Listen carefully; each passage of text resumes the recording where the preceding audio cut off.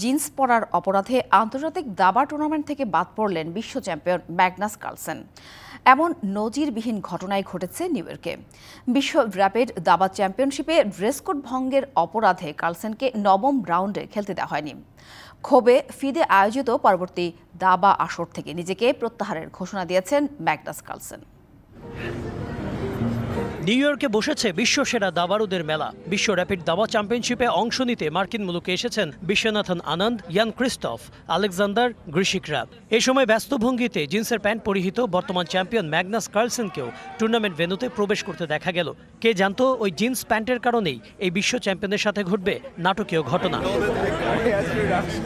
টুর্নামেন্টের dress code পরিপন্থী হওয়ায় ফিদে তাৎক্ষণিক কার্লসেনকে সতর্ক করে এবং $200 জরিমানা করে, যা পরিশোধ করে অষ্টম রাউন্ডে খেলে জয় তুলে নেন কার্লসেন। নবম রাউন্ডের আগে তাকে আবারও পোশাক পাল্টানোর জন্য বলা হয়, কিন্তু তিনি রাজি হননি। এর ফলে ওই রাউন্ডের খেলায় তাকে রাখা হয়নি এবং বাকবিতণ্ডার এক পর্যায়ে কার্লসেনও সস্ত্রীক বেরিয়ে যান।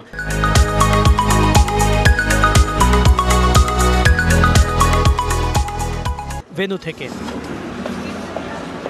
ওয়ার্ল্ড র্যাপিডে 5 বার এবং ব্লিটজে 7 বারের চ্যাম্পিয়ন কার্লসেন একটি জিন্সের কারণে টুর্নামেন্ট থেকে নাম প্রত্যাহার করে নেওয়ার বিষয়টি মেনে নিতে পারছেন না তিনিও। দায় চাপালেন বিশ্ব দাবা নিয়ন্ত্রণ সংস্থা ফিদের ওপর।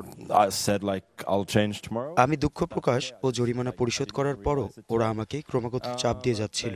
আমি বলেছিলাম পরের দিন আমি প্যান্টটি পাল্টে আসব, কিন্তু তারা বলেছে তোমাকে এখনই পাল্টাতে হবে। আমার জন্য এটা নীতিগত ব্যাপার, তাই বিষয়টি এই পর্যায়ে এসে দাঁড়িয়েছে। এই ঘটনার পর কার্লসেনের পক্ষে বিপক্ষে আলোচনা উঠেছে। অনেকেই বলেছেন টুর্নামেন্টের চ্যাম্পিয়নের প্রতি কিছুটা হলেও সহানুভূতিশীল হতে পারত আয়োজকরা। এই ঘটনার পর সোমবার থেকে শুরু হতে যাওয়া ওয়ার্ল্ড ব্লিটজ চ্যাম্পিয়নশিপ থেকেও নিজেকে সরিয়ে নিয়েছেন এই 5 বারের champion. Kanak Mahmud, DBC news desk.